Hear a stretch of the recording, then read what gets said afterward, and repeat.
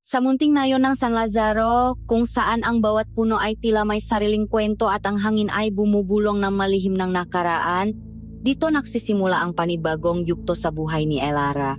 Kasama ang kanyang ina na si Alida, iniwan nila ang magulong buhay sa siyudad upang itayo ang kanilang pangarap sa isang lupang matagal nang ipinamana sa kanila. Para kay Elara, ang bawat hampas ng martilyo at bawat pakakaskas ng pala ay musika sa kanyang pandinig. Isang awit ng pag-asa at bagong simula. Ang bahay na unti-unting nabubuo ay hindi lamang istrukturang kahoy at semento. Ito ang magiging kanlungan ng kanilang nga pangarap. Ngunit sa ilalim ng init ng araw at sa kabila ng sigla ng pagtatayo, may isang kakaibang lamig na gumagapang sa kanyang mabuto tuwing natatapakan niya ang lupa. Isang pakiramdam na hindi niya may paliwanag, na parabang ang mismong lupang kinatatayuan nila ay may itinatagong kalungkutan. Katulong nila sa pag-abot ng pangarap na ito sina Marco, isang binatang masipag at punong kuryosidad, na ang bawat tanong ay may kasamang ngiti, at si Mang Berto, isang matandang karpintero na mas maraming kwento sa kanyang mamata kaysa sa kanyang malabi. Si Marco ang lakas ng kanilang proyekto, habang si Mang Berto naman ang nagbibigay ng karunungan at pag-iingat. Minsan, nahuhuli ni Elara ang mataganayon na sumusulyap sa kanilang lupain, may kasamang takot at pagtatake ang kanilang matingin, bago mabilis na umiwas at bumulong sa isa-isa.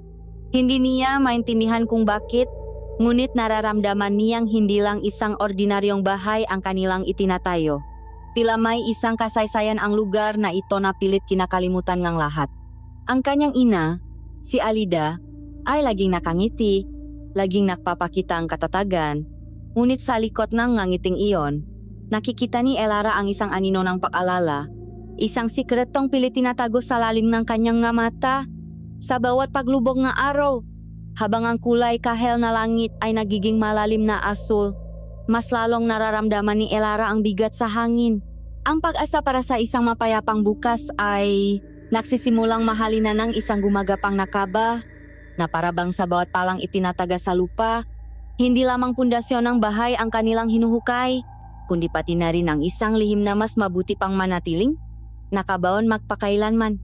Isang linggo na ang lumipas mula nang simulan ang paghuhukay para sa pundasyon ng bahay. Ang dating blangkong lupain ay may hugis na, mahukay na tila, ugat na bumabaon sa lupa, nangangakong isang matatak na kinabukasan. Ang tunong ng pala at piko ay naging pang-araw-araw na himig sa San Lazaro, isang himig na puno ng pag-asa. Si Marco na may pawis na kumikinang sa kanyang ay walang tigil sa pagbibiro habang naghuhukay. Mang Berto, sa bilis nating ito, baka sa susunod na buwan ay pwede na tayong mag-housewarming party dito ni Elara, sabi niya na may kasamang tawa. Huwag kang masyadong mabilis, iho, sagot naman ni Mang Berto, habang maingat na tinatapyas ang gilid ng lupa. Ang pagpapatayo ng bahay ay parang pag-alaga ng halaman, kailangan ng pasensya at pag-ingat, hindi minamadali. Si Elara naman, na nag-abot sa kanila ng malamig na tubig, ay napapangiti na lamang. Ang simpleng pag-usap na iyon ay sapat na para pawiin ang anumang pagod. Sa mga sandaling iyon, ang kakaibang lamig na dati niyang nararamdaman ay tila naglalaho, napapalitan ng init ang samahan at pangarap. Si Alida, na nakaupo sa isang silyang kahoy sa dikalayuan, ay tahimik na nakmamasid. Isang maliit na ngiti ang nakapinta sa kanyang ngalabi. Ngunit kung tititigan mo siyang maigi, ang kanyang mamata ay hindi nakatingin sa matrabahador, kundi sa mismong lupang binubungkal, na parabang may hinihintay siyang lumabas mula sa kailaliman nito. At hindi nga siya nakamali. Isang malakas na tunog ang biglang pumunit sa katahimikan ng umaga. Isang tunog na hindi katulad ng paktama ng bakal sa bato, kundi isang tunog na mas buo, mas malagong, at mas nakakakilabot. Crack! Napahinto si Marco sa pagampas ng piko. Ano yun? Tanong niya. Ang kanyang boses ay nagbago mula sa pagiging masayahin tungo sa pagiging seryoso. Baka malaking bato lang yan, sabi ni Mang Berto. Ngunit maging siya ay napahinto at tinitigan ang lugar kung saan tumama ang piko ni Marco. Hindi, Mang Berto, iba ang tunog Parang kahoy. Pero napakatigas. Sagot ni Marco habang sinimulan niyang gamitin ang pala para alisin ang lupa sa paligid ng bagay na kanyang tinamaan. Lumapit si Elara, dala ng kuryosidad at bigla ang kabe. Habang unti-unting nababawasan ang lupa, isang itim na bagay ang nagsimulang lumitaw. Hindi ito magaspang na bato, kundi isang makinis na ibabaw. Maitim pa sa gabi na tila humihigop sa sikat na araw. Diyos ko po, bulong ni Mang Berto.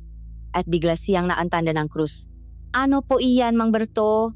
Tanong ni Elara. Ang kanyang puso ay nagsimulang tumibo ng mabilis. Huwag mong sabihin, hindi na itinuloy ni Marco ang kanyang sasabihin. Sa halip, mas binilisan niya ang paghuhukay. Tinulungan na rin siya ni Mang Berto na kahit kinakabahan, ay hindi rin mapigilan ang sariling alamin kung ano ang misteryosong bagay na iyon. Pakalipas ng ilang minuto ng matinding pahuhukay, ang hugis nito ay naging malinaw na. Hindi ito baul, hindi ito kahon. Ito ay isang kabaong.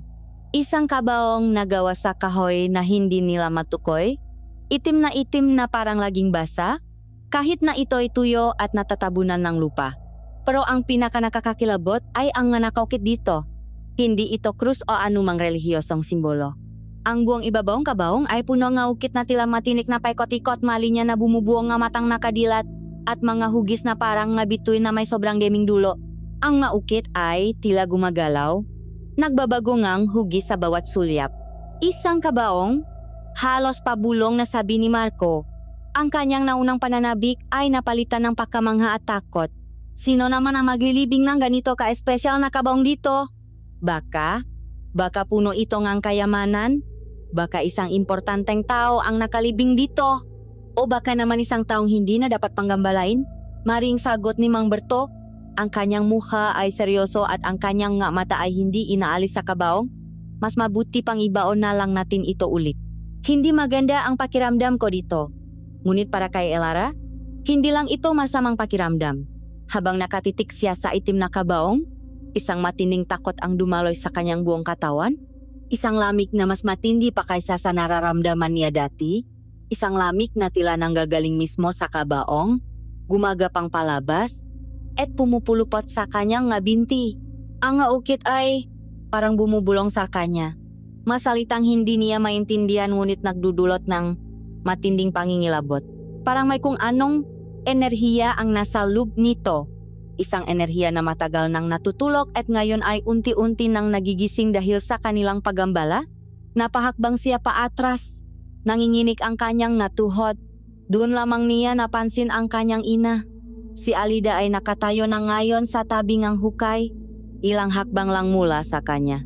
Hindi siya nagsasalita, hindi siya kumikilos.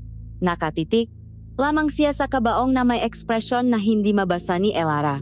Hindi ito takot, hindi rin ito pananabik, ito ay isang kakaibang pagtitik, isang matinding focus, na parabang matagal na niyang inaasahan ang sandaling ito. May isang pamilyar, nakislap sa kanyang mamata na parabang nakikita niya ang isang matagal ng nawawalang kaibigan o marahil isang matagal ng kinatatakutang kaway. Ang kanyang makamay ay nakakuyom sa kanyang tagiliran. Ang mabuto sa kanyang madaliri ay namumuti sa higpit ng pagkakahawak. Ang katahimikan ay binalot sila. Ang tanging naririnig na lang ay ang ihip ng hangin at ang mabilis na paghinga ni Elara. Apat silang nakatayo sa paligid ng isang hukay, nakatingin sa isang itim na lihim na hinukay nila mula sa lupa. Para kay Marco, ito ay isang posibleng kayamanan. Para kay Mang Berto, isang masamang pangitain. Para kay Alida, isang bagay na siya lang ang nakakaalam. At para kay Elara, ito ang simula ng isang bangungot, ang pagbubukas ang isang pinto na hindi na kailanman may sasara pa. Ang lupa nga San Lazaro ay nagsimula ng ibunyak ang kanyang madilim na nakaraan at ang pundasyon ng kanilang pangarap na bahay ay itinayo sa ibabaw ni isang natutulok na kasamaan. Ang hangin ay tila huminto sa pag-ihip. Maging ang makuliglis sa dikalayuan ay biglang nanahimik. Ang tanging maririnig ay ang malakas na pintik ng puso sa dibdib ng bawat isa, isang ritmong punong ng takot at pagtataka. Si Marco ang unang bumasak sa katahimikan. Ang kanyang boses ay nanginginig, ngunit pilit, paring nagpapakitang tapang. Isang kabaong. Pero bakit? Sigurado akong mayaman ang may-ari nito. Tingnan ninyo ang ukit. Mang Berto, Elara! Hindi ito basta-basta. Kailangan nating buksan. Huminahon ka. Marco, mariing sawi ni Mang Berto. Ang kanyang mukha ay kasing putla ng abo. Hinawakan niya ng mahigpit ang rosaryo na nakasabit sa kanyang lik. Hindi mo ba nararamdaman? May mali dito. May bigat sa paligid na hindi ko may paliwanag. Ang bagay na matagal nang nakalibing ay dapat manatiling nakalibing. Igalang natin kung sino man ang nasa loop niyan. Pero paano kung kailangan niya ng tulong? Gi ni Marco, napilit hinahanapan ng lohikal na paliwanag ang sitwasyon. Paano kung inilibing siya ng buhay? Hindi ba't mas kasalanan kung hayaan lang natin siya? Lumapit si Elara sa kanyang ina. Hinawakan ang braso nito na malamig na parang yelo. Nay, nakakatakot po ito. Tama si Mang Berto. Siguro mas mabuting ibaon na lang natin ulit at ipagdasal. Ngunit si Alida ay hindi sumasagot. Ang kanyang mamata ay nakapako pa rin sa itim na kabaong na parabang may sarili silang pag-usap na sila lang ang nakakaintindi. Sa gitnang kanilang mainit na pagtatalo, isang tunog ang pumailan lang mula sa hukay. Isang tunog na malinaw si Nadia at imposible. Ketok, ketok, katok. Tatlong sunod-sunod na katok. Hindi ito tunog upang gumagalaong kahoy na nababali. Ito ay tunog isang bagay o isang tao na kumakatok mula sa loop ng selyadong kabaong. Napatigil ang lahat. Ang yabang sa mukha ni Marco ay biglang naglaho na parang bula, napalitan ng pangingining ang kanyang ngalabi. Si Mang Berto ay napaluhod, nangingining na bumubulong ng gadasal. At si Elara ay napahawak sa kanyang bibig upang pigilan ang isang sigaw na gustong kumawala mula sa kanyang lalamunan. Kahit si Alida ay nagpakita ngang bahagyang gulat, ang kanyang nga mata ay nanlaki ng kaunti bago muling bumalik sa dati nitong blangkong paktitik. Ang makaluluwang hindi matahimik ay laging nahahanap ng paraan upang magparamdam. Isang boses na malalim at garalgal ang biglang nagsalita mula sa kanilang likuran. Sabay-sabay silang napalingon. Doon, sa ilalim ng isang puno ng mangga, nakatayo si Lolo Cadio. Hindi nila namalayan ang kanyang pagdating. Nakasandal siya sa isang makurbang tungkot na gawa sa matigas na kahoy at ang kanyang mata, na malalim at puno ng karunungan, ay nakatitik hindi sa kanila kundi sa itim na kabaong. Ang kanyang mukha ay guhitan ng panahon.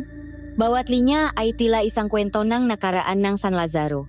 Lolo Cadio, nanginginig na sabi ni Mang Berto. Mabuti po at naparito kayo. Dahan-dahang lumakat si Lolo Cadio papalapit sa hukay. Ang bawat hakbang niya ay tila may bigat. Huminto siya sa gilid nito at tumingin sa ibaba. Hindi siya nagpakitang gulat. Sa halip, isang malalim na kalungkutan ang gumuhit sa kanyang mukha. Kaya pala hindi mapakali ang ibon nitong manakaraang araw. Bulong niya sa sarili bago ibinaling ang kanyang matalas na tingin kay Alida. Alida, alam mo kung ano ang nasa loop niyan. Alam mo ang kasunduang matagal ng sinumpa ng inyong angkan. Nagulat si Elara. Kasunduan? Nay, ano pong sinasabi ni Lolo Cadio? Ngunit si Alida ay umiling lang. Ang kanyang muha ay nagpapakita ng pakainis. Huwag po kayong maniwala sa mapamahiin, Lolo. Kwentong barbero lang po iyan para takutin ang mabata. Isang mapait na ngiti ang sumilay sa labi ni Lolo Cadio. Kung ito'y kwentong barbero lang, Alida, bakit nanginginig ang iyong makamay? Bakit hindi mo magawang alisin ang iyong mamata sa kabaong na iyan? Tumingin siya kay Elara at sa pagkakataong ito, lumambot ang kanyang ekspresyon, napalitan ng awa. Iha, makinig ka sa akin. Ang bagay na nasa loop niyan ay hindi kayamanan. Ito ay isang singil. Isang utang na ipinasa sa inyong maninuno. Ang bawat pako na nakabaon sa takip niyan ay isang selyo para protektahan ang mundong ito. Sa oras na buksan ninyo iyan, hindi lang sumpa ang inyong papakawalan, kundi isang kadiliman na lalamon sa lahat ng may buhay. Ang masalita ni Lolo Cadio ay tumago sa puso ni Elara na parang mauhet ang yelo. Ang kanyang babala ay hindi tunog pananakot, kundi isang katotohanang matagal nang nakatago. Narinig niyo ba yun? Sabi ni Elara, bumaling sa kanyang ina at kay Marco. Narinig niyo ang katok.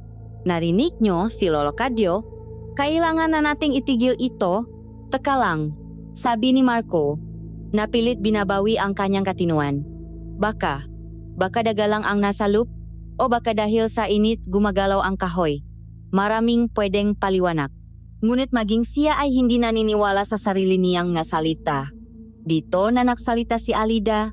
Ang kanyang boses ay kalmado, ngunit may diin na nagpatigil sa lahat. Salamat sa iyong pag-aalala.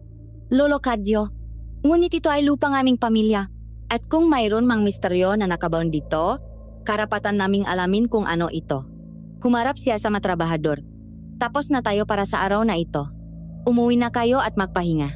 Pero Alida, hindi tama ito. Papupumilit ni Mang Berto. Hayaan mo na Berto. Sabi ni Alida, isang malamig na autoridad ang biglang lumabas sa kanyang boses. Ako ang magpapasya dito. Umiling-iling si Lolo Kadyo.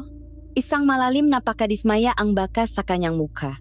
Tumingin siya sa kanila isa-isa at ang kanyang huling tingin ay huminto kay Elara. Tandaan ninyo ito, sabi niya. Ang kanyang boses ay halos isang bulong na dalangang hangin. Ang pintong bubuksan ninyo bukas ay hindi na muling may sasara. Pakasabi nun, tumalikot siya at dahan-dahang naglakad palayo. Ang tunog ng kanyang tungkot sa lupa ay parang orasan na nagbibilang nga huling sandali ng kanilang kapayapaan. Naiwan sila ngapat sa lumalamig na hapon, nakatayo sa paligid ng isang bukas na libingan. Ang kabaong ay muling nanahimik, ngunit ang presensya nito ay mas mabigat, mas nakakakilabot kaysa dati. Alam ni Elara sa sandaling iyon, ang babala ay naibigay na, at alam din niyang, sa katigasan ng ulo ng kanyang ina, ang babalang iyon ay nakatakda ng suwayin. Ang gabi sa San Lazaro ay may sariling uring katahimikan. Hindi ito ang katahimikan na nakdudulot ng kapayapaan, kundi isang katahimikan na mabigat, na tila may bigat, na pumipigas sa hangin at nagpapahirap sa pahinga. Sa kanilang pansamantalang tinutuluyan, isang maliit na kubo na hindi kalayuan sa ginagawang bahay, nakahiga si Elara ngunit gising na gising ang kanyang diwa. Katabi niya ang kanyang ina, si Alida, na mahimbing na natutulog o di kaya nakukunwaring natutulog. Ang marahan at pantay na pahinga nito ay dapat sanay nagbibigay ng kapanatagan, ngunit para kay Elara, ito'y mas lalong nagpapatingkat ng kanyang pag-isa sa gitna ng kadiliman. Paulit-ulit na naglalaro sa kanyang isipan ang mga pangyayari kaninang hapon. Ang itim na kabaong na tila lamat sa liwanag ng araw, ang mga kakaibang ukit na parang mga matang nakamasit, ang tatlong katok na tumagos hanggang sa kanyang kaluluwa, at ang malalamig na masalita ni Lolo Kadyo. Higit sa lahat, ang hindi niya maalis sa kanyang isip ay ang ekspresyon ng kanyang ina. Ang determinasyon sa mamata nito ay hindi determinasyon ng isang taong gustong malaman ang katotohanan, kundi ngang isang taong matagal nang alam ang katotohanan at naghihintay lang ng tamang pagkakataon. Bawat kaluskos sa labas ay nagpapatindig ngang kanyang mabalahibo. Ang tunong-tuyong dahon na tinatangay ngang hangin ay parang mayabang na papalapit. Ang huning ng isang kulilik ay parang isang babala. Ipinikit niya ng mariin ang kanyang mata. Pilit na tinatawag ang antok, ngunit ang imahe ng itim na kabaong ay nakaukit na sa likod ng kanyang mata lukap. At noon niya ito narinig. Sa simula, ito ay isang bulong na napakahiha, na inakala niyang gawa-gawa lamang ng kanyang pagod na isipan. Isang tunok na parang tuyong balat na kumikiskis sa bato. Ngunit unti-unti, ito'y naging mas malinaw. Tila isang boses na pagod at uhaw na uhaw, bumubuong ang isang salita. Ang kanyang pangalan, Elara. Napamulat siya nga mata. Ang kanyang puso ay biglang kumabog na parang tambol na gustong kumawala sa kanyang dibdib. Umupo siya sa kanyang higaan at pinakiramdaman ang paligid. Ang pahinga ni Alida ay tuloy-tuloy pa rin. Walang pagbabago. Tahimik. Siguro nga ay imahinasyon lang niya. Ngunit narinig niya itong muli, mas malapit sa pagkakataong ito, na tila bumubulong sa mismong tainga niya. Elara, tulungan. Mo. Ako. Hindi ito isang boses na humihingi ng tulong. May kakaibang himik sa masalitang iyon. Isang pang-aakit, isang pang-engganyo na may kasamang panganib. Hindi niya mapigilan ang sarili. Dahan-dahan siyang bumangon, bawat kilos, niya ay maingat upang hindi makalihang ang ingay. Naglakad siya papalapit sa bintana na gawa sa kapis. Ang sahig na kawayan ay lumalangit-ngit sa ilalim ng kanyang nga paa. Sumilip siya sa malit na siwang. Ang buwan ay bilog at maliwanag. Nagbibiging maputlang liwanag sa buong palihit. Mula roon, kitang-kita niya ang hukay. At sa gitna nito, ang itim na kabaong na tila isang butas sa liwanag ng buwan. Isang piraso ng kadiliman na hindi kayang tabunan ng anumang ilaw. Noong una, wala siyang nakitang kakaiba.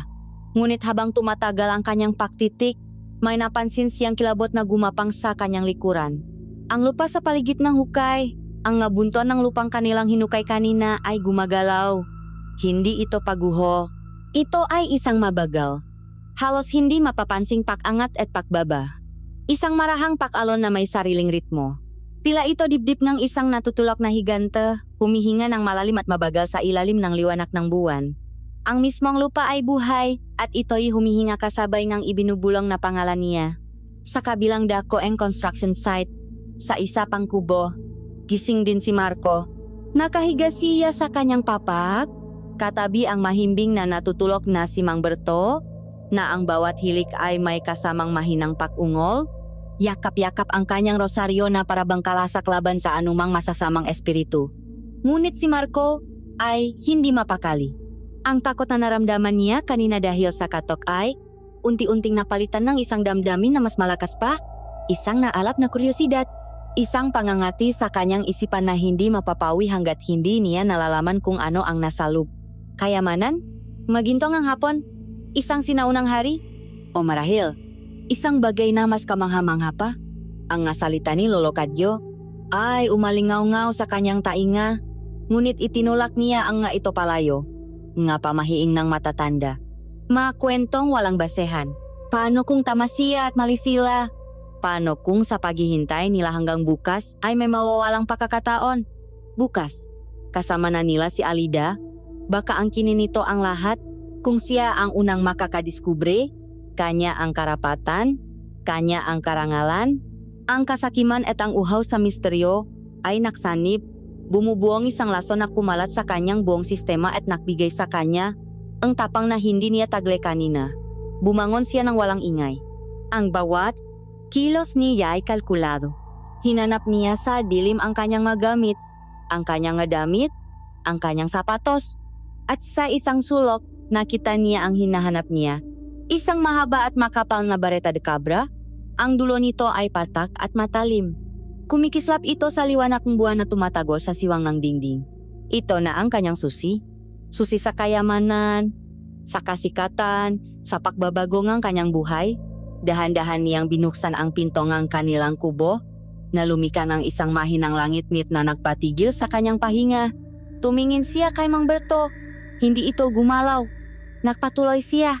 Paglabas niya, ang malamig na hangin ng gabi ay sumalubong sa kanya. Ngunit hindi nito napawi ang init ng kanyang determinasyon. Hawak ng mahigpit ang malamig na bakal. Humakbang siya papalabas sa aninong ng kubo at patungo sa liwanag ng buwan. Ang kanyang mamata ay nakapokus sa isang direksyon lamang. Sa hukay, sa itim na kabaong na tahimik na naghihintay sa kanya, na parabang alam nito na siya ay darating. Hindi niya nakitang pahinga ng lupa. Hindi niya narinig ang mabulong na patuloy na tinatawag ang pangalan ni Elara. Ang tanging alam niya ay may isang pinto sa kanyang harapan na kailangan niyang buksan at wala ng sinuman. Kahit ang nababala ng mga matatanda o ang takot sa hindi nakikita, ang makakapigil sa kanya. Ang bawat hakbang ni Marco patungo sa hukay ay tila isang hakbang patungo sa ibang mundo. Ang hangin ay mas lalong lumamig at ang liwanag ng buwan na dati nagsisilbing gabay ay ngayoy tila isang mapanuring mata na nakamasid sa kanyang bawat kilos. Pagdating niya sa gilid ng hukay, sandali siyang natigilan. Mula sa itaas, ang itim na kabaong ay parang isang malalim na sugat sa lupa. Isang piraso ng walang hanggang gabi na hindi kayang pawiin ng liwanag. Ang makakaibang ukit sa ibabaw nito ay tila mas naging malinaw. Mas masalimot sa ilalim ngang sinangang buwan at sa isang kisap mata, inakala niyang nakita niyang kumislap ang isa sa ukit na hugis mata. Na parabang ito'y dumilat at tumitik pabalik sa kanya. Umiling siya, pilit na iwinawaksi ang mapag-alinlangan. Guni-guni lang yan, Marco, bulong niya sa sarili. Ang kanyang boses ay bahagyang nanginginig. Takot ka lang? Huminga siya ng malalim, pinunong ng hangin. Ang kanyang dibdib na parabang ito'y baluti laban sa takot at maingat na dumausdos pababa sa hukay. Malamig ang lupa sa loob at ang katahimikan ay halos nakakabingi. Dito sa ilalim, tanging ang sarili niyang pahinga at ang malakas na pakabo ng kanyang puso ang kanyang naririnig. Nilapitan niya ang kabaong. Ang kahoy nito ay malamig sa kanyang pagipo, isang uring lamig na tila nanggagaling sa kailaliman, hindi sa hamong gabi. Inilibot niya ang kanyang madaliri sa maukit. Magaspang ito, ngunit may kakaibang kinis, na para bang hindi ito inukit ng kamayng tao. Pumuwesto siya. Itinaas ang hawak na bareta. Ang unang subok niya ay walang nangyari. Ang dulo ng bakal ay dumulas lang sa ibabaw ng takip na gumawang isang nakakikilabot na tunong ng pakaskas. Naiwan ito ng manipis na gasgas, ngunit hindi man lang umangat ang takip. Matibay ka? Sabi ni Marco na may halong pahanga at inis. Sinubukan niya ulit. Sa pagkakataong ito, mas malakas, mas may diin. Isinuksok niya ang dulo ng bareta sa siwang sa pagitan ng takip at ng katawan ng kabaong at ginamit ang buo niyang bigat para itulak ito. Umungol ang kahoy. Isang mahabang tunong ang paktutol, na parang isang hayop na ayaw magising sa kanyang pagkakatulog. Pawis na si Marco. Ang kanyang nga braso ay nangangalay na, ngunit hindi siya sumuko. Ito na, nararamdaman niyang malapit na. Sa isang huling malakas na tulak, isang tunong ang pakabali ang umalingaw-ngaw sa katahimikan ng gabi. KRRA, AAKK. Ang takip ay bahagyang umangat sa isang gilid.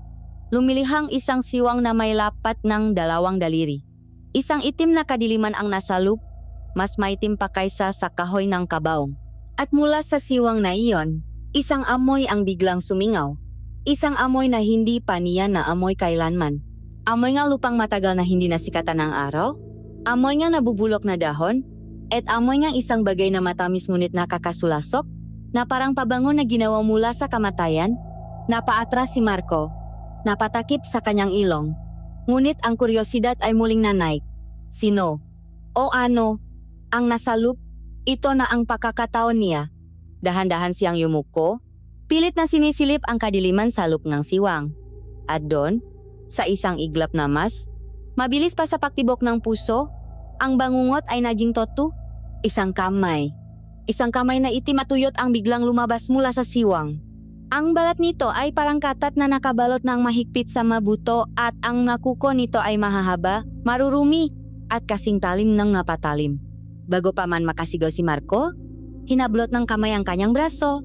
Ang hawak nito ay hindi hawak ng isang patay. Ito ay puno ng lakas, isang lakas na hindi makatao, na parang isang bakal na ipinulupot sa kanyang laman. Isang nakapapasong sakit ang biglang gumuhit sa kanyang braso habang ang matatalim na kuko ay bumabaon sa kanyang balat. Doon na siya napasigaw. Isang sigaw na puno ng purong takot at hindi may paliwanag na sakit. Sinubukan niyang kumawala. Hinila ang kanyang braso ng buong lakas, ngunit walang nangyari. Ang kamay ay hindi bumibitaw. Nakita niyang mamata sa loob ng siwang, 2 nagbabagang tuldok sa gitna ng kadiliman. Punong galit at gutom. Sa bintana, nanunot si Elara. Ang kanyang buong katawan ay nanigas sa takot. Nakita niya ang lahat. Ang pagpupumilit ni Marco, ang pag-angat ng takip, at ang mabilis na paglabas ng itim na kamay. Ang sigaw ni Marco ay umabot sa kanya, ngunit tila ito'y nagmula sa napakalayong lugar. Gusto niyang sumigaw para huminging tulong. Gusto niyang tumakbo. Ngunit ang kanyang mapa ay parang maugat na nakabaon sa sahig. Ang tanging nagawa niya ay manut, isang tahimik na saksi sa isang bangungot na nagaganap sa kanyang harapan. Ang kamay ay humigpit palalo at narinig ni Marco ang tunog ng kanyang butong halos mabali. At sa kasagsagan ng kanyang paghirap, kasing bilis ng paglabas nito, ang kamay ay biglang bumitaw. Nawala ito pabalik sa loob ng kadiliman. At isang malakas na black, ang yumani sa hukay ng ang takip ng kabaong ay bumaksak at muling sumarado ng kusa na parabang hindi ito kailanman nabuksan. Natumba si Marco sa lupa. Gumagapang paatras palayo sa kabaong. Ang kanyang nga mata ay nanlalaki sa takot at ang kanyang bibig ay nakabuka sa isang sigaw na hindi na lumalabas. Tiningnan niya ang kanyang braso. 5 malalalim na sugat na parang kagat ng isang mabangis na hayop ang nakamarka sa kanyang balat. Sariwang dugo ang dumadaloy mula rito, ngunit ang dugo ay may kakaibang kulay, mas maitim, halos kulay ube. Nanginginig siyang tumayo, at hindi na muling lumingon pa. Tumakbo siya palayo sa hukay, palayo sa itim na kabaong, Dala-dala ang sakit, ang takot, at ang sumpa na ngayon ay nakamarka nasa kanyang laman. Naiwan si Elara sa bintana, nanginginig mula ulo hanggang paa. Nakita niyang tumakbo si Marco papalayo, nawawala sa dilim. Ang hukay ay muling naging tahimik. Ang lupa sa paligid nito ay huminto na sa pahinga. Ang ngabulong ay tumigil na. Ngunit alam ni Elara, hindi ito tapos. Ito ay simula pa lamang. Isinara niya ang kanyang mamata, ngunit ang imahe nga, itim na kamay ay nakasunong na sa kanyang isipan. Isang paalala na ang halimaw na kanilang ginising ay nakatikim ng kanyang unang biktima. Ang sikat ng araw ay sumilip sa abot tanaw. Ngunit hindi ito nakdala ng init o pag-asa. Para kay Elara, na makdamak na dilat, ang liwanag ay tila isang malupit na tagapagpaalala lamang ng bangungot na kanyang nasaksihan. Bawat anino sa kanilang kubo ay tila may hugis ng isang kamay. Bawat alingaw-ngaw ng hangin ay tila sigaw ni Marco. Nakaupo siya sa isang sulok, yakap ang kanyang matuhot, naghihintay. Naghihintay sa hindi niya malamang bagay. Bumukas ang pinto ng silid at lumabas si Alida. Maayos na ang pananamit na parabang isang ordinaryong umaga lamang ito. Ang aga mo namang magising, anak, batin nito, ang boses ay kalmado. Hindi ka ba nakatulog ng maayos? Tumingin si Elara sa kanyang ina. Isang tanong ang nakapinta sa kanyang nga mata. Wala ka bang narinig? Wala ka bang nararamdaman? Ngunit bago pa man siya makasagot, isang malakas na katok sa kanilang pinto ang bumasak sa kanilang pag-usap. Si Mang Berto, ang kanyang mukha ay gusot sa pag-aalala. Alida, Elara, nakita niyo ba si Marco? Hindi siya umuwi sa kubo kagabi. Inakala kong nauna lang dito. Pero wala siya. Isang matinding kabaang biglang kumalat sa dibdib ni Elara kahit alam na niya ang sagot. Hanapin natin siya, sabi ni Alida. Ang kanyang boses ay may bahid ng pag-alala, ngunit ang kanyang nga mata ay nanatiling kalmado, halos kalkulado. Hindi na naghintay si Elara. Tumakbo siya palabas, patungo sa direksyon na alam niyang dapat puntahan. Sa likod ng nag-umpisang istrukturang bahay, patungo sa hukay, at doon nga, natakbuhan nila siya. Nakaupo si Marco sa lupa sa lupnang hukay. Ang kanyang likod ay nakasandal sa pader ng lupa. Ilang talampakan lang ang layo mula sa itim na kabaong. Nakatitik lang siya rito, hindi kumukurap, na parabang ito ang pinakamahalagang bagay sa buong mundo. Marco, sigaw ni Mang Berto na mabilis na dumaustos pababa. Anong ginagawa mo diyan? Ayos ka lang ba? Pinakaalala mo kami? Dahan-dahang lumingon si Marco, ngunit ang kanyang mga mata ay blanko, walang emosyon. Tila siya isang manika na nawalang ng tali. Ayos lang ako. Mang Berto, sagot niya. Ang kanyang boses ay mahina at walang buhay. Napagod lang ako kagabi kaya. Dito na ako natulog. Natulog? Hindi makapaniwalang tanong ni Mang Berto. Sa tabing kabaw na ito? Marco, nababaliw ka na ba? Doon napansin ni Elara ang braso ni Marco. Ang damit nito ay punit at ang balat sa ilalim nito ay isang nakakikilabot na tanawin. Ang 5 sugat mula sa magkuko ay naroon pa rin. Ngunit ngayon, ang buong braso niya ay namamagang maigi. Ang kulay nito ay hindi pula ng ordinaryong impeksyon, kundi isang masangsang na kulay ube na may mga itim na ugat na gumagapang mula sa sugat na parang mga lason na kumakalat sa ilalim ng kanyang balat. Diyos ko, Marco, anong nangyari sa braso mo? Nanginginig na tanong ni Elara. Sinubukan ni Mang Berto na hawakan ito, ngunit mabilis na iniwas ni Marco ang kanyang braso na may kasamang lakas na hindi nila inaasahan. Wala ito, mariin niyang sabi at sa isang iglap, isang kislap ng galit ang sumilay sa kanyang blangko nga mata bago ito muling nawala. Nadulas lang ako. Huwag ninyong intindihin. Ngunit ang kanyang mata ay muling bumalik sa pagtitik sa kabaong. Isang tingin na hindi na kuryosidad, kundi isang tingin ng debosyon na parabang ito ang kanyang amo at siya ang alagat. Tinulungan nilang tumayo si Marco at inalalayan pabalik sa kubo. Ngunit ang bawat hakbang niya ay mabigat. Hindi na ito ang masayahing Marco na kilala nila. Ang katawan ay sa kanya, ngunit ang laman ay tila nawala na. Nang may hatid na nila si Marco sa kanyang pahingahan, inarap ni Elara ang kanyang ina. Hindi na niya kayang manahimik. Hinila niya ito sa isang sulok kung saan walang makakarinig. Nay, kailangan na nating umalis dito. Sabi niya, Ang boses niya ay halos isang pakiusap na puno ng takot. Kagabi, nakita ko po ang lahat. Pumunta si Marco sa hukay. Sinubukan niyang buksan ang kabaong. At may lumabas na kamay. Nay, isang itim na kamay ang humawak sa kanya. Iyon ang dahilan kung bakit nakaganyan ang braso niya. Hindi ito ordinaryong sugat. Tinitigan ni Alida ang kanyang anak. Sa wakas, ang pagkukunwaring kalmado ay naglaho. Napalitan ng isang seryosong ekspresyon. Alam ko, mahinang sagot ni Alida. Nanlaki ang mamata ni Elara. Alam niyo po, at wala kayong ginawa. Nay, may halimaw sa kabaw na iyon. Papatayin tayo nito. Hindi ito halimaw. Elara, sabi ni Alida, hinawakan ang makabilang balikat ng kanyang anak. Ang nga mata niya ay seryosong nakatitik. At hindi ito sumpa. Makinig kang mabuti sa akin. Ang pamilya natin, ang nga ninuno natin, ay hindi ordinaryo. Dati tayong tinitinggala, mayaman at makapangyarihan. Ngunit nawala ang lahat ng iyon. Huminga siya ng malalim na parabang naghahanda sa isang malaking revelasyon. Ang dahilan ng yaman na iyon ay nakabaon sa lupang ito. Isang makapangyarihang anting-anting.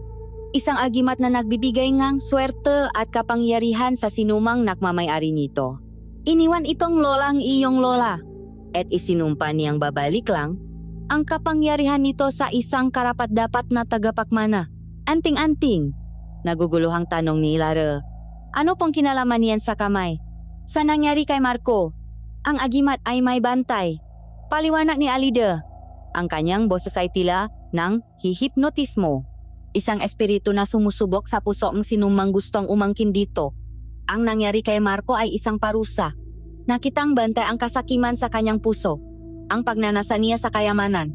Kaya siya pinarusahan. Ngunit tayo, Elara, tayo ang tunay na tagapakmana. Hindi tayo dapat matakot. Ang kailangan nating gawin ay ipakita sa bantay na tayo ay karapat-dapat. Pero Nay, paano kung mali kayo?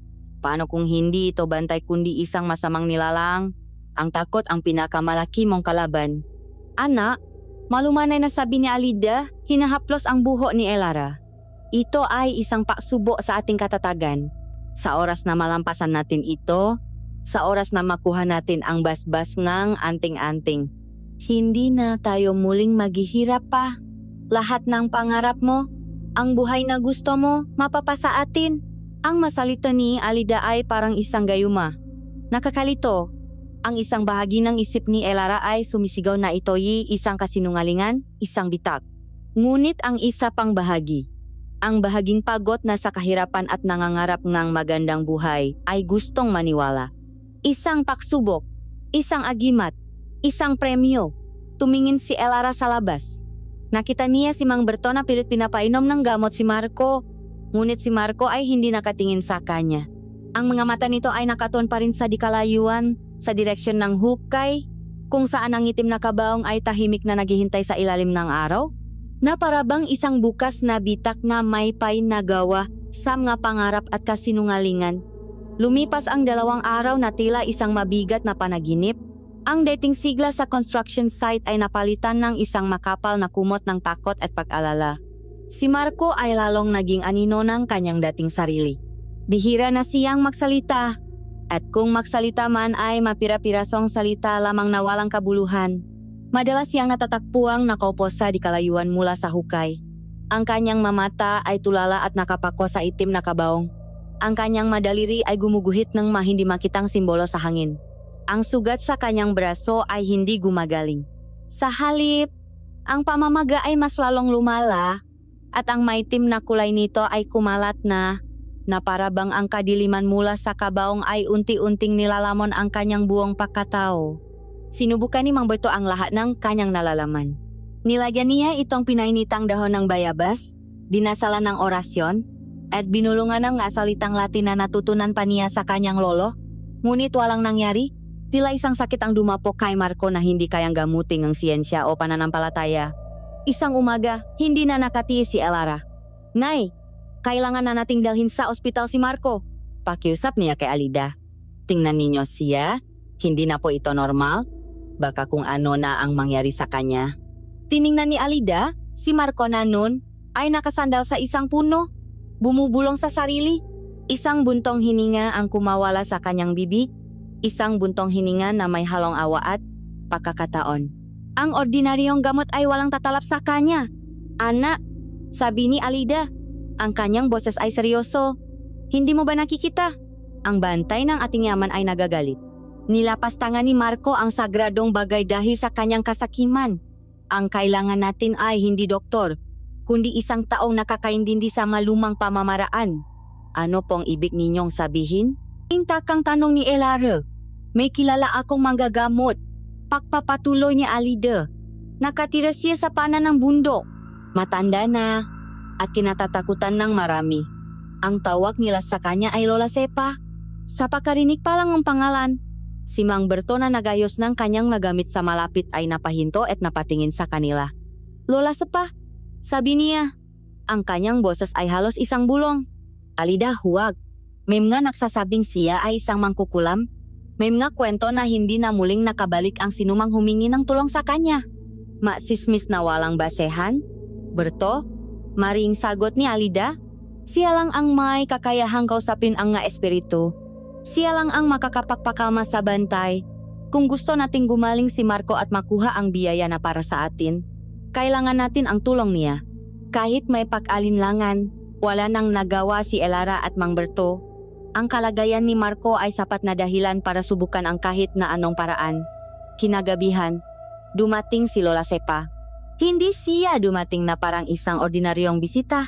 Tila isa siyang anino na bigla na lang sumulpot sa dilim. Matangkat siya para sa isang matanda. Ang kanyang likot ay bahagyang kuba at ang kanyang muka ay puno nga kulubot na parang mapang isang sinaunang lupain. Ngunit ang kanyang mamata ang pinakanakakakilabot.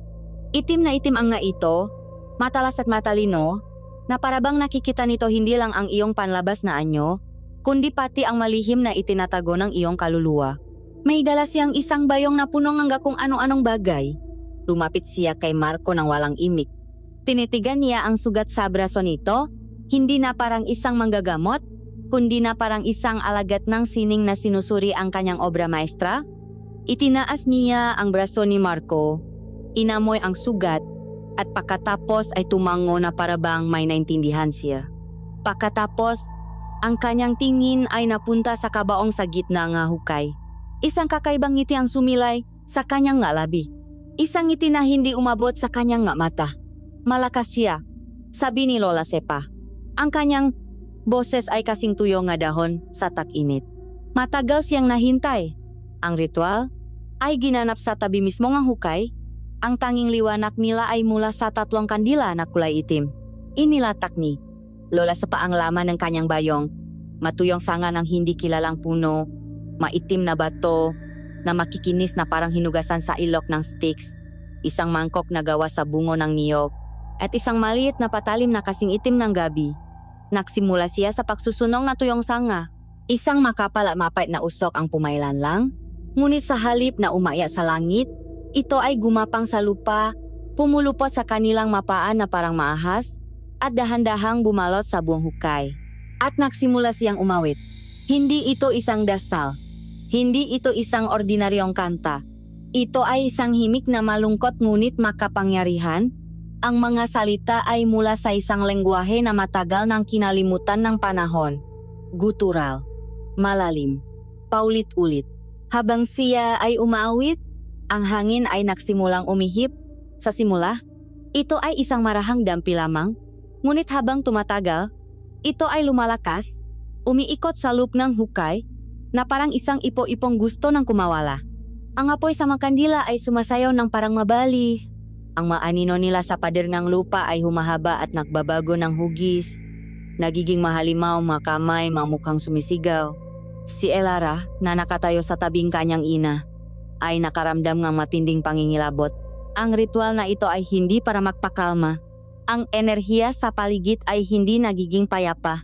Ito ay nagiging mas magulo, mas malakas, mas mapanganib.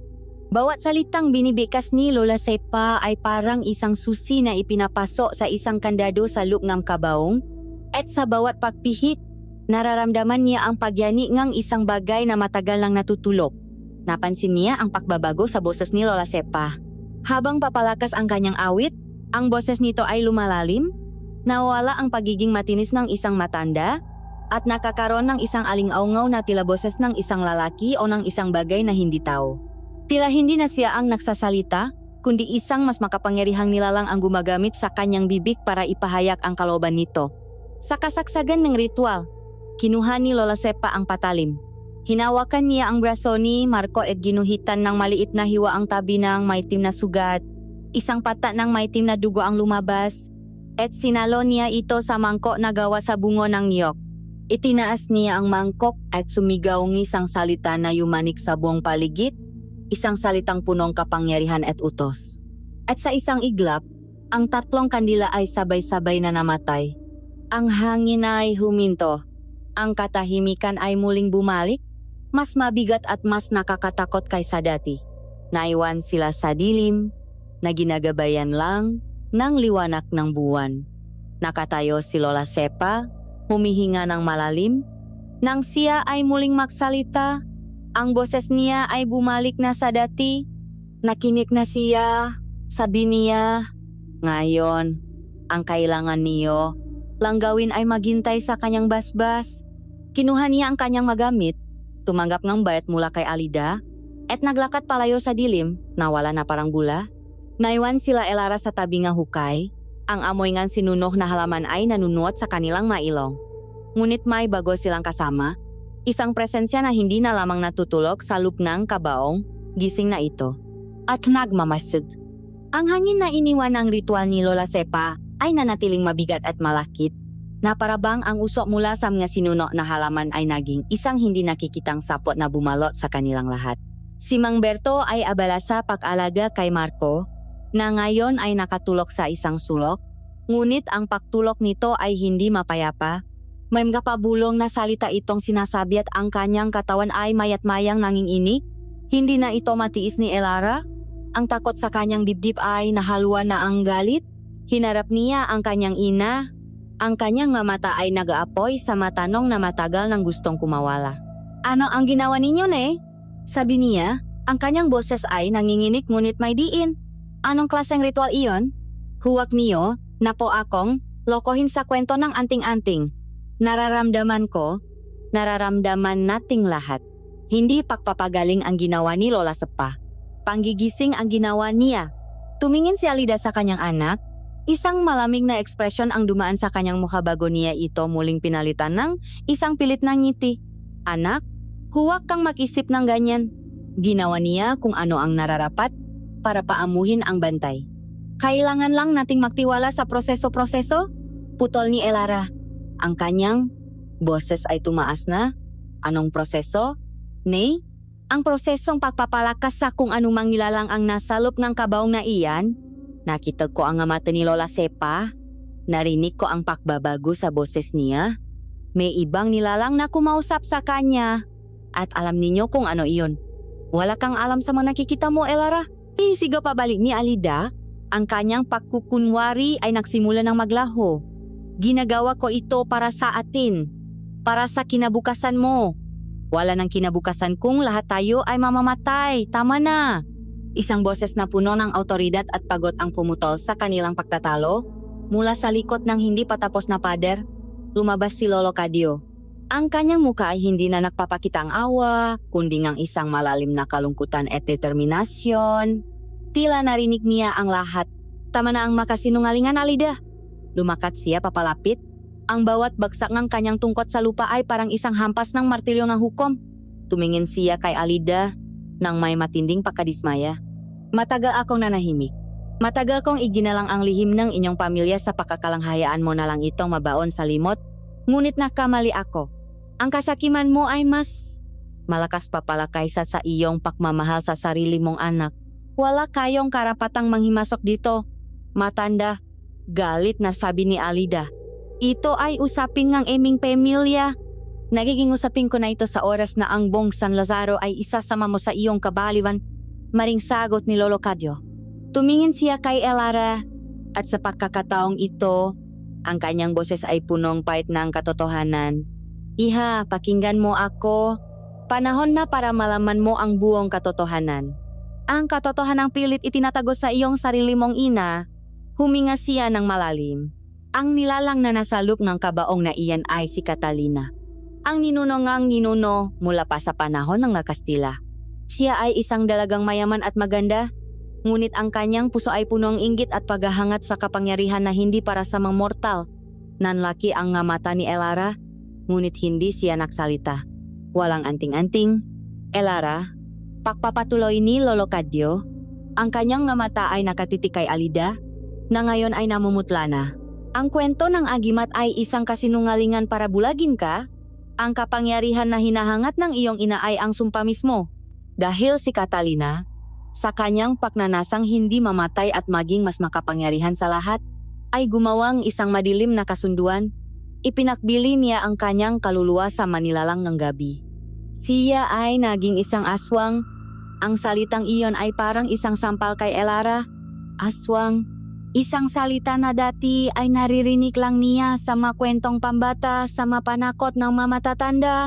Ngayon, ang salitang iyon ay may pangalan at ang pangalang iyon ay may dugo na kapareho ng sa kanya. Hindi totoo yan. Bulong ni Elara. Totoo iha, sabi ni Lolo Cadyo. At ang kasunduan ay hindi natapos sa kanya. Ito ay naging isang lason na dumaloy sa inyong angkan. Isang sumpa na nanganggakong kayamanan at kapangyarihan sa sinumang tagapagmana na handang maglingkod sa kanya, na handang tumulong na palayain siya mula sa kanyang kulungan. Dito na sumabog si Alida. At ano ang masama ron? Sigaw niya. Ang kanyang muha ay nagpapakita ng tunay na kulay isang muhang desperadong ambisyon. Dugo natin siya. Karapatan natin ang kapangyarihan niya. Pagod na akong maging mahirap, Elara. Pagod na akong makita kang nahihirapan. Ito na ang solusyon. Ang mananadapat ay sa atin. Ngunit hindi patapos si Lolo Cadyo. Itinuro niya ang istruktura ng bahay na kanilang itinatayo. Ang nga poste, ang nga biga, ang pundasyon, at ito, sabi niya, ang kanyang boses ay bumaba, punong pangingilabot. Akala mo ba isang ordinaryong bahay lang ang itinatayo ninyo? Alida, alam mo ang ginagawa mo. Bawat sukat, bawat materyales, bawat pako na ibinabaon ninyo ay bagingang isang ritual. Hindi ito bahay, Elara. Ito ay isang templo. Isang dambanan na itinatayo ninyo para sa muling pagkabuhay ng isang halimaw. Ang pundasyong ito ay hindi para sa sahig, kundi para sa isang altar. At ang bubong ay hindi para sa lilim, kundi para tipunin ang liwanag ng buwan sa takdang araw, para bigyan siyang lakas na basagin ang ngaselyo. Sa bawat salita ni Lolo Cadyo, ang mundo ni Elara ay gumuho. Ang bahay na pinapangarap niya, ang simbolo ng kanilang bagong simula, ay naging isang hawlang ang isang halimaw na sila mismo ang nag-assemble. Ang pagmamahal kanyang ina na kanyang inakalang sandigan ay naging isang makasariling ambisyon na handang isakripisyo ang lahat. Tumingin siya sa kanyang ina, ngunit hindi na niya ito nakilala. Ang babaeng nasa harapan niya ay isang estranghero, isang taong handang makipagkasundo sa demonyo para sa kislap ng ginto. Ipinagpalit mo ako! Nay! Sabi ni Elara, ang nga luha ay nagsimula ng dumaloy sa kanyang nga pisngi. Ipinagpalit mo kami! Ipinagpalit mo ang lahat! Tumingin si Alida sa kanya. Walang pagsisisi sa kanyang nga mata, tanging isang malamig na determinasyon. Hindi mo naiintindihan, Elara. Sa oras na magising siya, magpapasalamat ka rin sa akin. Ang katotohanan ay lumabas na.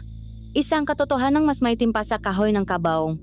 Mas nakakatakot pa sa kamay na lumabas mula rito. Ang kanilang kaaway ay hindi lang isang halimaw na nakakulong sa ilalim ng lupa.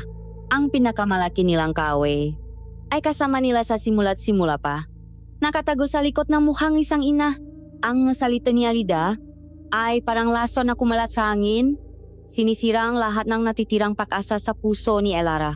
Sa isang iglap, ang kanyang ina, ang kanyang pangarap, ang kanyang buong mundo ay naging isang malaking kasinungalingan.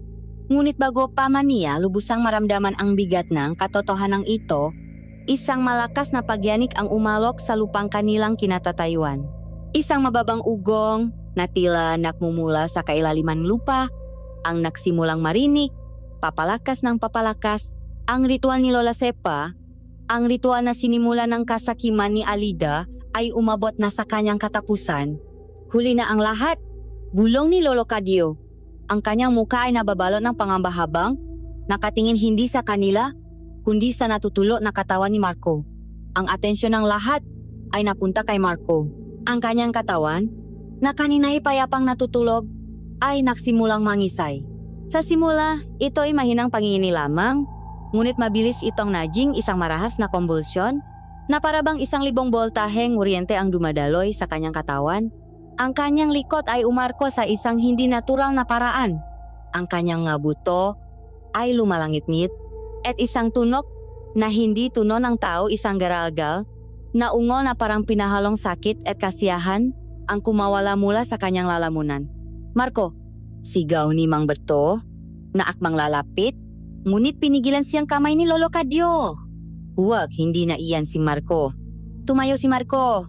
Ngunit ang paraan ng kanyang pagtayo ay mali.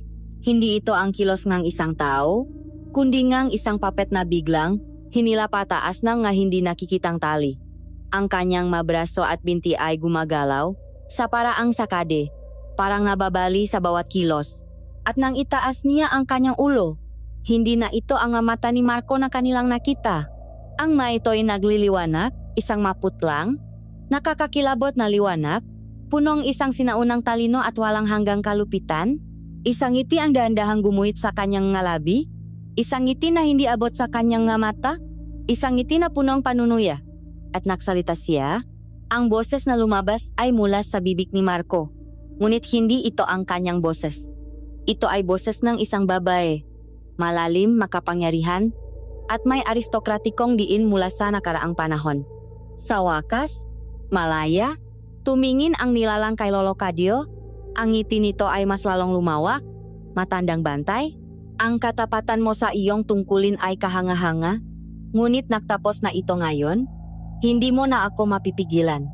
Pagkatapos ay binaling nito ang tingin kay Alida, na ngayon ay nakatayo na parang isang estatwa. Ang kanyang mukha ay pinahalong takot at pagkamangha.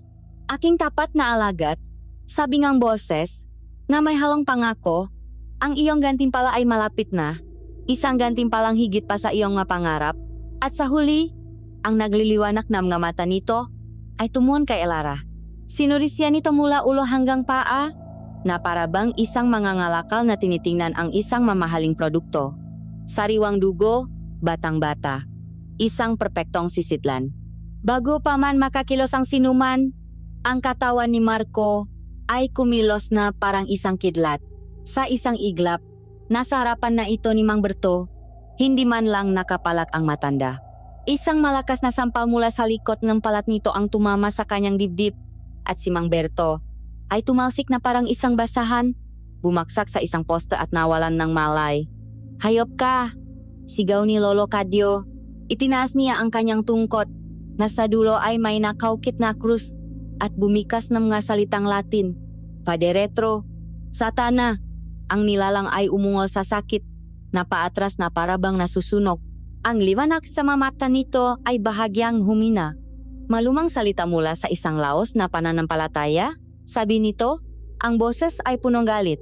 Hindi yan sapat para talunin ako. Si Alida ay nanatiling hindi gumagalaw, nakatingin sa kapangyarihang kanyang pinakawalan. Ang takot ay naroon, ngunit mayroon ding isang kislap ng pahanga, isang masamang kasiyahan sa kanyang mamata. Ito ang kapangyarihan na ipinangako sa kanya. Ang gulo at kaguluhan ay nagpatuloy. Ang nilalang, na ngayon ay alam na nilang si Catalina, ay muling sumugot kay Lolo Cadio. Ngunit ang matanda, kahit mabagal, ay matalino. Ginamit niya ang kanyang tungkot para harangin ang naatake, habang patuloy na bumibikas ng ngadasal na tilam nga, latigong humahampas sa espiritu ni Catalina. Sa gitna ang kaguluhan, nakita ni Elara ang isang pagkakataon. Habang ang atensyon ni Catalina ay na kay Lolo Cadio, naisip niya ang isang bagay na ibinigay sa kanya ng matanda noong isang araw, isang maliit na balaraw na pila na may mangga na kaukit na dasal sa talim nito. Para sa proteksyon mo, iha, sabi nito nun, huwag mong iwawala. Mabilis niyang dinukot ito mula sa kanyang bulsa. Nanginginig ang kanyang kamay, Ngunit ang takot ay napalitan ng isang desperadong tapang. Elara, ang kabalaraw sa sugat! Sigaw ni Lolo Cadio na nahirapan ng salagin ang naatake ni Catalina. Doon niya naintindihan?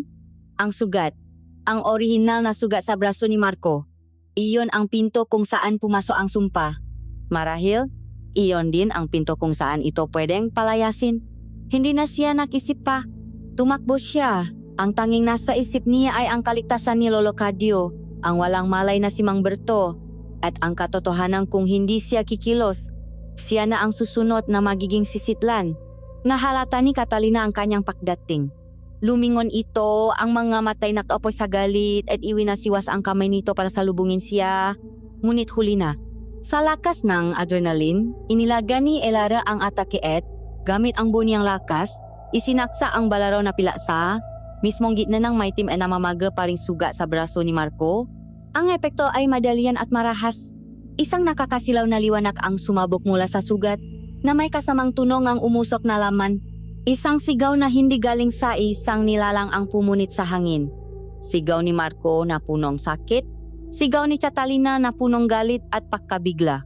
At isang pangatlong sigaw na hindi makatao, na tila sigaw ng isang demonyong sinusuno sa impyerno. Isang itim na usok na may hugis ng isang naghihirap na babay ang biglang bumulwak mula sa katawan ni Marco. Umikot ito sa hangin sa isang iglap, isang huling sulyap ng pagbabanta, bago naglaho na parang isang masamang panaginip.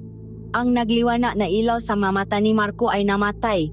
Ang kanyang katawan, na kanina'y puno ng hindi makataong lakas, ay biglang nanlambot at bumaksak sa lupa na parang isang manikang pinutulan ng tali. Ang katahimikan ay muling bumalik, mas nakakabingi kaysa dati. Tumakbo si Lolo Cadio papunta kay Marco upang tingnan kung huminga pa. Si Alida ay napabalik sa realidad. Ang kanyang mukha ay puno ng takot. Nakatingin sa walang malay na si Marco at pagkatapos ay sa kabaong. Naiwan si Elara na nakatayo, nanginginig. Hawak ang balaro na ngayon ay may bahit ng maitim na dugo. Nagtagumpay sila, ngunit alam niyang hindi pa ito tapos. Ang espiritu ay hindi nawasak. Pinalayas lang nila ito. At ngayon ito'y malaya, walang katawan, nagtatago sa dilim, naghihintay ng panibagong pagkakataon. Ang katahimikan na bumaksa pagkatapos ng sigaw ni Catalina ay mas nakakatakot pa kaysa sa kaguluhan kanina. Ang tanging gumagalaw ay ang alikabok na sumasayaw sa liwanag ng buwan at ang dibdib ni Marco na marahang umaangat at bumababa. Buhay siya. Iyon ang mahalaga. Mabilis na lumapit si Lolo Cadio sa walang malay na katawan, sinuri ang pulso nito. Humihinga siya, sabi niya, na may halong pagkamangha at ginhawa. Mahina, ngunit buhay. Dinaluhan naman ni Elara si Mang Berto, na unti-unti nang nakakamalay. Sapo-sapo ang kanyang dibdib. Ayos lang ako, iha. Sabi niya, napilit bumabangon. Ang mahalaga ay, napalayas niyo ba? Tumingin si Elara sa kinatatayuan niya kanina. Sa lugar kung saan naglaho ang itim na usok, ang balaraw na pilak ay nakatarak pa rin sa lupa, kumikinang. Oh, Mang Berto, pinalayas namin siya, ngunit ang tagumpay ay walang tamis. Ang pakiramdam ng ginhawa ay panandalian lamang. Humarap si Lolo Cadio sa kanila. Ang kanyang mukha ay seryoso. Pinalayas natin siya mula sa katawan ni Marco, pero hindi natin siya pinatay. Malaya ang kanyang espiritu. Nagtatago lang siya sa dilim, naghihintay. Kailangan nating kumilos ngayon din. Kailangan nating selyuhan ang kabaong na ito at ibaon sa pinakamalalim na lugar na kaya nating hukayin.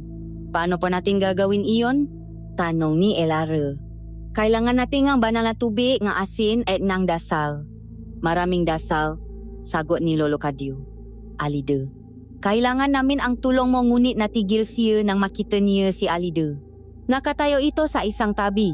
Hindi nakatingin sa kanila o sa sugatang si Marco, kundi sa madilim na linya ng mga punosa di kalayuan.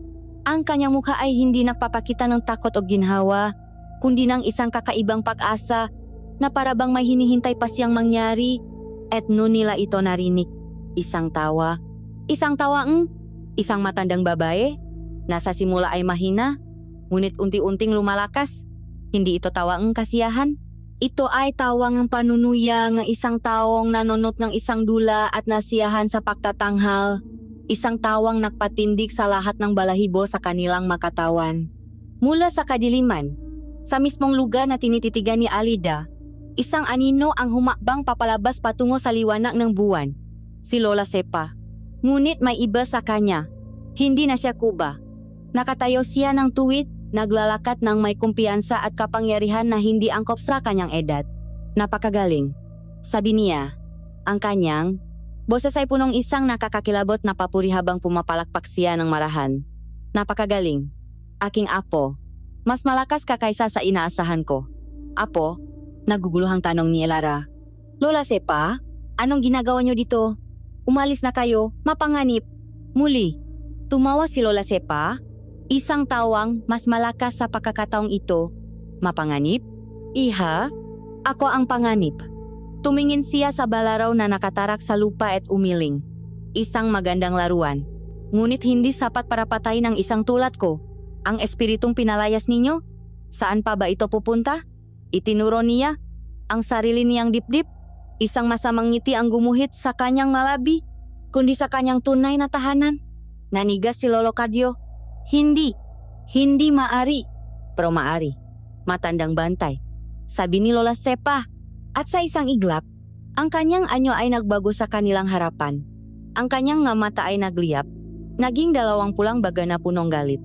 Ang kanyang balat ay tila, umunat, at ang kanyang nga kuko ay dahan-dahang humaba at naging itim na parang magaras. Ang boses niya ay nawalan ng anumang bakas ng pagiging matanda. Ito na ang boses na narinig nila mula kay Marco Malalim, makapangyarihan, sinauna. Ako si Catalina. Ang revelasyon ay parang isang kidlat na tumama sa kanila. Si Lola Sepa. Siya si Catalina sa buong panahon. Ang katawan sa kabaong? Nanginginig na tanong ni Lolo Cadyo. Isang tuyot na basahan na lamang. Sagot ni Catalina na tila nainis. Isang angkla para sa aking kapangyarihan, ngunit masyado nang mahina para gamitin. Ang katawan ng tunay na sapa, sabi niya, habang tinitingnan ang sarili niyang makamay, ay nagsilbi sa akin ng mayo salop ngang 50 taon. Ngunit tulad ng lahat ng bagay na mortal, ito ay nabubulok na rin. Ibinunyak niya ang kanyang buong plano. Ang bawat salita ay isang patalim na bumabaon sa puso ni Elara. Ang ritual ay hindi para palakasin ang espiritu sa kabaong, kundi para tipunin ang lahat ng natitirang kapangyarihan mula roon, mula sa lupa at mula sa kanilang takot para magkaroon siyang sapat na lakas para sa kanyang huling hakbang, ang paglipat. Tumingin siya kay Alida na ngayon ay nanginginig na sa takot. Ang pahanga sa kanyang mukha ay napalitan ng purong pangingilabot. At ikaw, aking tapat na alagad, sabi ni Catalina, ang kanyang boses ay puno ngang lason. Naging isang perpektong kasangkapan ka. Ang iyong kasakiman ang naging susi? Ang iyong desperasyon ang naging tulay? Akala mo ba ay magiging katulad kita? Isang mortal na tulad mo? Ikaw ay isang uwat lamang na ginamit ko para buksan ang aking hawla. At sa huli, ang kanyang nag-apoy ng mga mata ay bumalik kay Elara. Ang kanyang tunay na pakay, ang kanyang tunay na premyo. Ang pag-atake kay Marco ay isang palabas lamang. Isang paraan para sukatin ang iyong lakas at para ilabas ang iyong tunay na potensyal. At hindi mo ako binigo. Humakbang siya papalapit, ang lupa sa kanyang ngapa ay tila natutuyo. At ngayon, Elara, aking apo sa malayong henerasyon, oras na para sa iyong tunay na mana. Ang katawan ng matandang ito ay hindi na magtatagal. Kailangan kong bago. Kailangan kong bata. Kailangan kong sayo. Ang tagumpay na naramdaman nila kanina ay naging abos sa kanilang mabibig. Ang kanilang kalaban ay hindi isang espiritong walang katawan. Ito ay nasa harapan nila, mas matalino, mas tuso, at mas makapangyarihan kaysa sa kanilang inakala. Nakatayo pagod at halos wala ng armas, hinarap nila ang tunay na halimaw. At sa paghahandang iyon para sa huling laban, bumulong si Catalina sa hangin, isang pangako at isang sumpa. Halika, apo, oras na para maging isa tayo. Ang hangin ay napuno ng isang kuryenteng hindi nakikita. Ang katahimikan ay nabasa ang isang ungol na namula sa lalamunan ni Catalina isang tuno na hindi na sa matandang si Lola Sepa, kundi sa isang halimaw na matagal nang naghihintay. Sa isang kisap mata, sumugot siya. Ang target niya ay malinaw, si Elara, ang kanyang makuko, na ngayon ay kasing haba ng madaliri at itim na parang obsidian, ay handang lumaslas sa lamang ang kanyang apo. Elara, umilag, sigaw ni Lolo Cadio. Itinula niya si Elara sa isang tabi at ang matanda ang sumalo sa unang atake ni Catalina. Iwinasiwas ni Lolo Cadio ang kanyang tungkot na buong lakas na ipinalo sa braso ng aswang. Isang tuno na nababasa na buto ang narinig, ngunit hindi ito ang buto ni Catalina. Ang matigas na kahoy na tungkot ay nabiya sa dalawa na parabang tumama ito sa bakal. Si Lolo Cadio ay tumalsik sa lakas ng impact, bumaksak malapit sa walang malay na si Marco. Walang silbi ang iyong malaruan, matanda, tatawang sabi ni Catalina. Tumayo si Mang Berto, hawa ang isang maso na ginagamit niya sa pakpukpok ng mapako. Ang kanyang muka ay puno ng takot, ngunit mas nangingibabaw ang determinasyon na protektahan ang kasama. Hindi ka namin hahayaang makuha siya, sigaw niya, at sumugot na parang isang nasugatang oso. Iwinasiwas niya ang maso, ngunit si Catalina ay kasing bilis na anino. Umilag ito ng walang kahirap-hirap at sa isang mabilis na kilos, sinunggaban ang braso ni Mang Berto at ipinihit. Isang malakas na laguto ang narinig at napasigaw sa sakit si Mang Berto bago siya muling itinula ni Catalina sa lupa. Ang laban ay tila wala ng peasa. Si Elara, na ngayon ay mag-isang nakatayo, ay napaatras, hawak pa rin ang maliit na balaraw.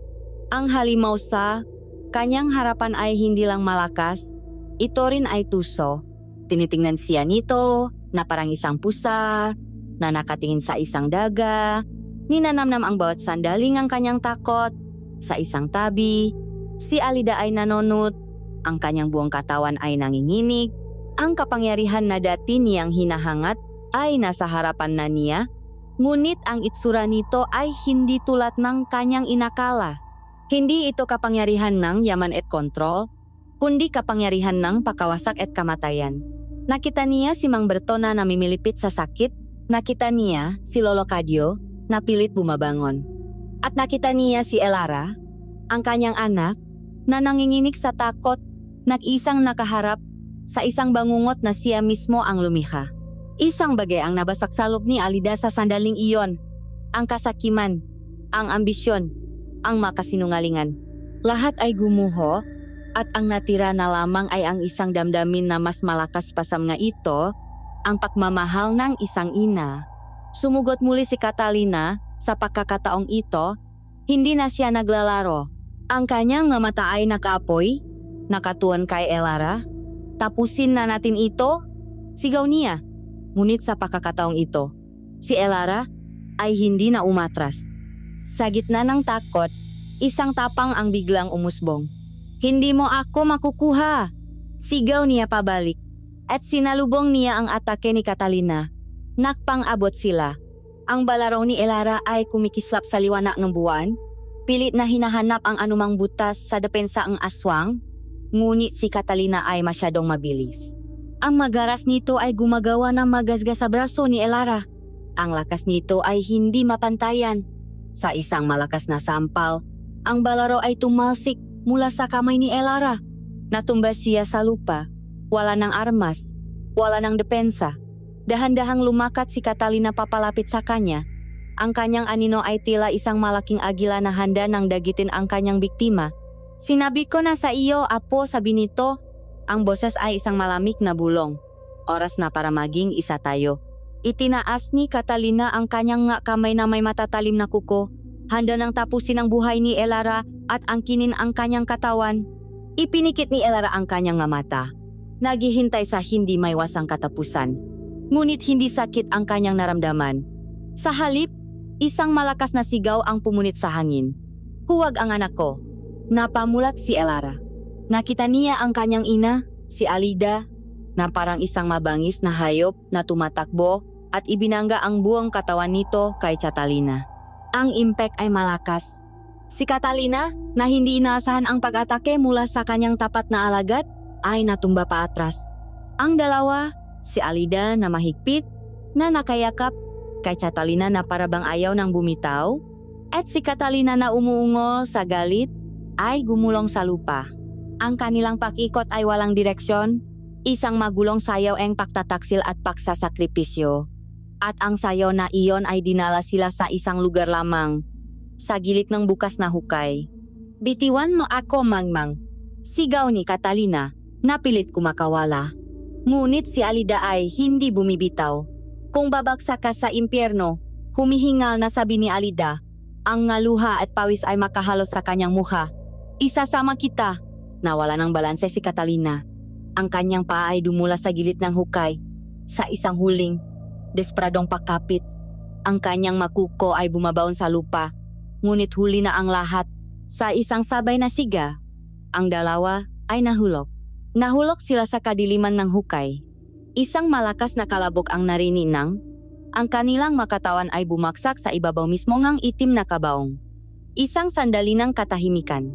At pagkatapos, isang sigaw na mas nakakatakot pa kaysa dati ang umalingaw mula sa ilalim, ang sigaw ni Catalina na punong galit at ang sigaw ni Alida na punong takot. Ngayon na, sigaw ni Lolo Cadyo na nakatayo na. "Isara ninyo." Iyon lang ang kailangan nilang marinig. Si Elara, na puno adrenalin, ay tumakbo. Si Mang Berto kahit bali ang braso ay gumapang. Si Lolo Cadyo, gamit ang natitira niyang lakas, ay itinulak ang mabigat na takip ngang kabaong patungo sa gilid ng hukay. "Anak, tulungan mo ako." "Elara." Ang boses ni Alida mula sa ilalim ay parang manggapatalim na tumutusok sa puso ni Elara. Ngunit alam niyang wala na siyang magagawa. Tumingin siya kay Lolo Cadyo, na umiling lang. Ang kanyang mukha ay puno ng pihati. Gamit ang kanilang pinagsama-samang lakas, itinulak nila ang takip. Isang malakas na blag ang narinig ng ito'y bumaksak sa hukay. Sinundan ng mga sigaw na biglang naputo. Itinulak nila ang lahat ng mabibigat na bagay na kanilang makita, mga bato, mapirasong kahoy, masakong ang sumanto pababa sa hukay. At sa bawat bagay na bumabaksak, ang matuno mula sa ilalim ay lalong humihina hanggang sa wala na. Isang biglaan at ganap na katahimikan ang bumalot sa kanila. Tapos na ang laban.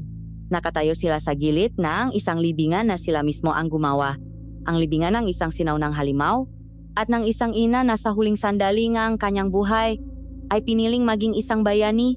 Ang katahimikan na bumalot sa kanila pagkatapos ay hindi isang katahimikan ng kapayapaan kundi ng kawalan. Ang hangin ay tila nagluluksa at ang sumisikat na araw sa silangan ay nagdala ng liwanag na hindi nakapakpawi sa kadilimang nasaksihan ng kanilang mga kaluluwa. Walang nagsalita. Si Elara ay nakatitik sa nilas patangang lupa na ngayon ay libingan ng ang kanyang ina. Si Lolo Cadyo ay nakayuko. Ang bigat ng mga taon at ng gabing iyon ay tila bumaksak. Lahat sa kanyang mabalikat. Si Mang Berto, hawak ang kanyang baling braso, ay tahimik na lumuluha. Kahit si Marco, na unti-unti nang nakakamalay, ay may bakas ng pangingilabot sa kanyang mga mata, na parabang ang maalala ng pagiging sisidlan ng halimaw ay nagsisimula ng bumalik sa kanya. Ngunit alam nilang hindi pa ito tapos. Ang paglilibing ay hindi sapat. Kailangan nilang siguruhin na ang kasamaan ay hindi na muling makakaahon pa. Sa masumunod na oras, sa ilalim ng walang awang sikat ng araw, sila ay kumilos na parang mga makina. Ang pagod at pihati ay kanilang isinantabi. Nagalo silang semento, hindi para maktayong pangarap, kundi para magbaon ng isang bangungot. Habang ibinubuhos nila ang makapal at kulay-abong semento sa hukay, binasbasan ni Lolo Cadyo ang bawat pala. Bumikas siya nga sinaw ng dasal, isang halong Latin at ang lumang dialekto. Masalitang humihingi ngang tulong sa Diyos at sa mabubuting espiritu ngang lupa upang itali ang anumang natitirang kadiliman sa ilalim. Nang matuyo ang semento, isa na itong blangkong selyo, isang paklat sa lupa. Naktayo sila ngang isang maliit na krus na gawa sa kahoy sa ibabaw nito. At dun, naksindi si Elara ng kandila para sa kaluluwa ng kanyang ina. Isang ina na naligaw, ngunit sa huli ay natakpuan ang daan pabalik sa pamamagitan ng pagsasakripisyo. Lumipas ang nga buwan. Ang nayon ng San Lazaro ay dahan-dahang bumalik sa dati nitong ritmo, ngunit may isang pagbabagong hindi na mayaalis. Ang mataw ay mas magang nagsasara ng kanilang nga pinto pagsapit ng dilim. Ang makwento tungkol sa nangyari sa lupain ng Marosales ay naging ngabulungan. Maalamat na ikukwento sa masusunod na henerasyon. Ngunit para kay Elara at sa kanyang mga kasama, hindi ito isang alamat. Ito ay isang katotohanan ng kanilang binubuhat araw-araw. Tinapos nila ang bahay. Sa tulong ni Mang Berto na kahit may kapansanan na sa braso ay hindi pa rin nawalang ang galing sa pagkakarpintero at ni Marco na ngayon ay mas tahimik ngunit mas masipa. Ang istrukturang dating templo ng kasamaan ay naging isang tunay na tahanan. Ang bawat sulok ay pinuno ni Elara ng liwanag. Ang mabintana ay laging bukas. Hinahayaang pumasok ang hangin at ang araw. Ang amoy ng bagong pintura at barnis ay tumabon sa alala ng amoy ng kamatayan. Si Marco ay gumawang isang maliit na hardin sa gilid na bahay. Tinamnan itong nga bulaklak na ayong kay Lolo Cadio ay naktataboy na masasamang espiritu. Naging isang pamilya sila na binuo hindi ng dugo, kundi ng isang karanasang sila-sila lang ang nakakaintindi. Si Lolo Cadio ay naging kanilang haligi, ang kanilang lolo, si Mang Berto ang kanilang ama-amahan, laging may inaayos at kinukumpuni. At si Marco, ang kanilang nakababatang kapatid, na ang mamata ay may dala pa ring bakas ang kalungkutan, ngunit ngayon ay may kakayahan ng ngumiti muli. Ang bahay na iyon ay naging simbolo ang kanilang paglaban, isang patunay na kahit sa pinakamadilim na lupa, ang buhay ay maaari pa ring umusbong. Isang gabi, matapos ang isang simpleng hapunan na punong tawanan, naupo si Elara sa harap ngang isang maliit na altar na ginawa niya sa isang sulok ng sala. Naruang isang lumang litrato ni Alida, isang litratong kuha noong nga panahong simple pa ang lahat, noang nga ngiti ay toto at ang nga pangarap ay puro pa. Nagsindi siya ngang kandila. Hindi na siya galit. Ang galit ay napalitan na ang isang malalim na pangunawa at kalungkutan. Nay, bulong niya sa hangin. Pinapatawat na kita. Alam kong nalito ka lang. Alam kong natakot ka. Nasaan ka man ngayon, sana matahimik ka na. Ipinikit niya ang kanyang mamata at sa isang saglit, naramdaman niya ang isang marahang dampingang hangin sa kanyang pisngi na parabang isang yakap mula sa kabilang buhay. Ngumiti siya. Sa unang pagkakataon sa loob ngang maraming buwan, nakaramdam siya ng tunay na kapayapaan. Pakiramdam niya ay ligtas na siya. Pakiramdam niya ay tapos na ang lahat. Pagkatapos magdasal, pumasok siya sa kanyang silid upang maghanda sa pagtulog. Huminto siya sa harap ng salamin na nakasabit sa dingding. Tinitigan niya ang kanyang refleksyon. Nakita niya ang isang babaeng mas matatak, mas matapang kaysa dati, may mga peklat sa kanyang braso, at may maanino sa ilalim ng kanyang mamata. Ngunit ang mamata mismo ay punong buhay. Ngumiti siya sa kanyang sarili. Isang ngitingang pagtanggap at ng pasasalamat. Ngunit sa isang saglit, isang kisap mata, sa pagitan ng isang pagtibok ng puso at ng susunod, may nakita siyang kakaiba, isang kislap. Isang mahina, halos hindi mapansing pulang kislap sa mismong gitna ng kanyang mata sa salamin. Nawala ito kasing bilis ng paglitaw nito. Napahinto siya sa pahinga. Kumurap siya at muling tumitik, mas malapit sa pagkakataong ito. Wala na. Ang kanyang mata ay normal na muli, kulay tsokolate, na sumasalamin lang sa liwanag ng ilaw sa silid. Guni-guni ko lang yon, sabi niya sa sarili. Isang epekto lang ng liwanag. Pagod lang ako. Ngunit habang nakatitik siya sa kanyang sariling refleksyon, isang malamig na takot ang muling gumapang sa kanyang likuran. Ang pakiramdam ng kapayapaan ay biglang naglaho, napalitan ng isang nakakakilabot na tanong. Ang sumpa ay hindi lang isang espiritu na nakakulong sa ilalim ng lupa.